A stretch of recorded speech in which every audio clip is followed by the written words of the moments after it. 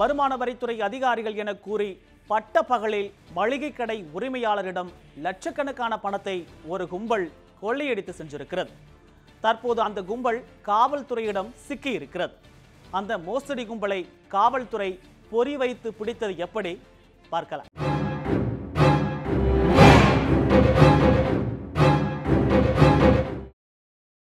சென்னை அம்பத்தூர் கொரட்டூர் பகுதியில் வசித்து வருபவர் சிவபிரகாசம். தனது வீட்டின் முன்பக்கத்திலேயே சிவபிரகாசம் ஸ்டோர் என்ற பெயரில் மளிகை கடை நடத்தி வருகிறார். இவரிடம்தான் நூதன முறையில் லட்சக்கணக்கான பணமும் நகையும் கொள்ளையடிக்கப்பட்ட சம்பவம் பரபரப்பை ஏற்படுத்தியிருக்கிறது. அன்றைய தினம் மதியம் வழக்கம் போல தனது கடையில் சிவபிரகாசம் வியாபாரத்தை கவனித்துக் கொண்டிருந்தார். அப்போது மாருதி காரில் வந்த 5 நபர்கள் அவரது கடையின் முன்பு இறங்கினர். சிவபிரகாசத்திடம் தாங்கள் வருமான வரித்துறை அதிகாரிகள் என்றும் தங்களது வீட்டில் சோதனை நடத்த வந்துள்ளதாகவும் கூறியுள்ளனர். அவர்கள் பார்ப்பதற்கு டிப்டாப்பாக இருந்ததால் சிவபிரகாசமும் நம்பியிருக்கிறார். பிறகு அவரது செல்போனை வாங்கிக் கொண்டவர்கள் மளிகை கடையையும் இழுத்து மூடியுள்ளனர். தொடர்ந்து கடையின் மேல் பகுதியில் அமைந்துள்ள வீட்டிற்குள் சென்றுள்ளனர். பீரோவில் வைத்திருந்த 3 லட்சம் ரூபாய் ரொக்கம், தங்கச் செயின், 5 கிலோ வெள்ளிப் பொருட்கள், 2 செல்போன்கள், வீட்டின் பத்திரம் ஆகியவற்றை அந்த நபர்கள் எடுத்து சென்றுள்ளனர்.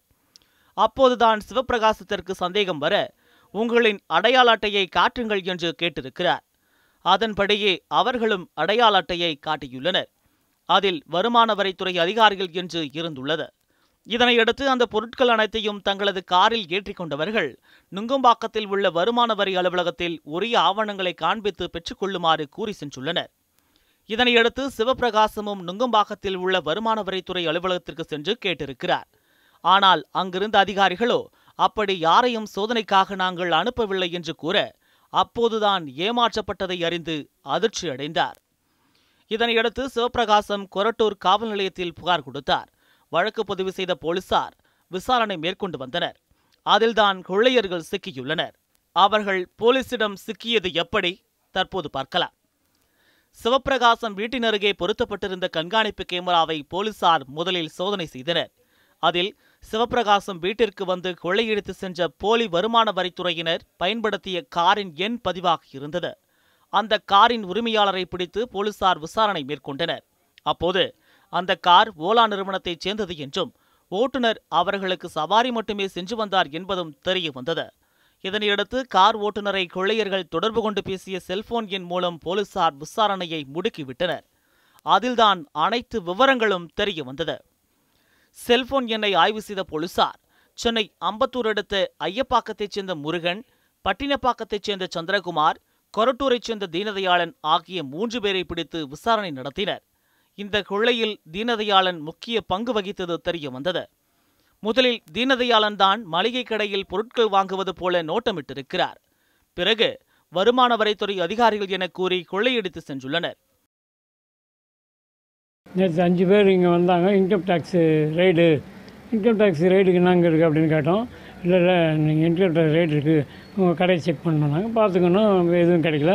வீட்டுக்கு வரணுன்னாங்க. வீட்டுக்கு வரணும் நாங்கள் சங்கத்தில் வந்து ஃபோன் பண்ணி இது பண்ணிட்டு போலீஸ் ஸ்டேஷன் ஃபோன் பண்ணி தான் நாங்கள் வருவோம்னு சொன்னோம். இல்லை நீங்கள் வாங்க, நாங்கள் தான் ஐடி கார்டு காமிங்க. 2 பேர் ஐடி கார்டு காமிச்சாங்க. ஒருத்தர் பேர் அசோக்குமார், இன்னொருத்தர் பேர் ஒன்று வந்துட்டு மேலே வந்துட்டு நாங்கள் செக் பண்ணோம். நாங்கள் ஒன்றும் ஃப்ராடு ஒன்றும் கிடையாது அப்படின்னு எல்லாம் சொல்லிட்டு அதெல்லாம் பார்த்துலாம் நாங்கள் என்ன பண்ணிட்டோம், நேராக ஆட்டோ வச்சு நாங்கள் ஆஃபீஸ் போனோம். அந்த பேர் யாருமே இல்லைங்க. நாங்கள் கொடுத்தோம்னா அந்த சீட்டில் முத்திரை இருக்கும், எல்லாமே இருக்கும். இப்போ 2 பேர் சைன் வாங்குவோம், நீங்கள் ஏமாந்துட்டீங்க, போலீஸ் ஸ்டேஷன் கம்ப்ளைண்ட் கொடுங்கன்னு சொன்னாங்க.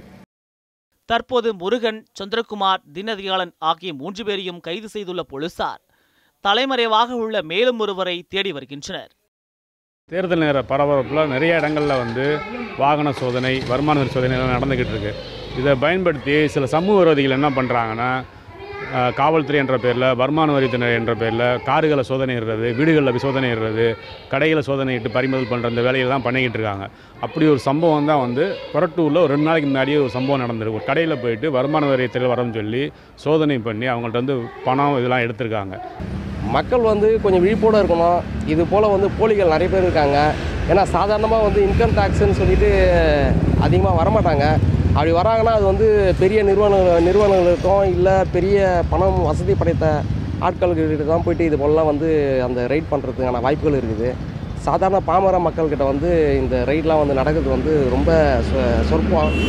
அதை வந்து மக்கள் வந்து கொஞ்சம் புரிதலை ஏற்படுத்தி கொண்டு சிந்தித்து இது போல் வந்திருக்காங்க யார் என்ன அப்படின்றத வந்து அவங்க முதல்ல வந்து கணிக்கணும். பட்ட பகலில் வருமான வரித்துறை அதிகாரிகள் என கூறி மளிகை கடை உரிமையாளரிடம் பணம் மற்றும் பொருட்கள் கொள்ளையடிக்கப்பட்ட சம்பவமும் அதில் 3 பேரை காவல்துறையினர் கைது செய்துள்ளதும் அப்பகுதியில் பரபரப்பை ஏற்படுத்தியிருக்கிறது. ஸ்ரீனிவாசன், நியூஸ் 7 தமிழ், அம்பத்தூர்.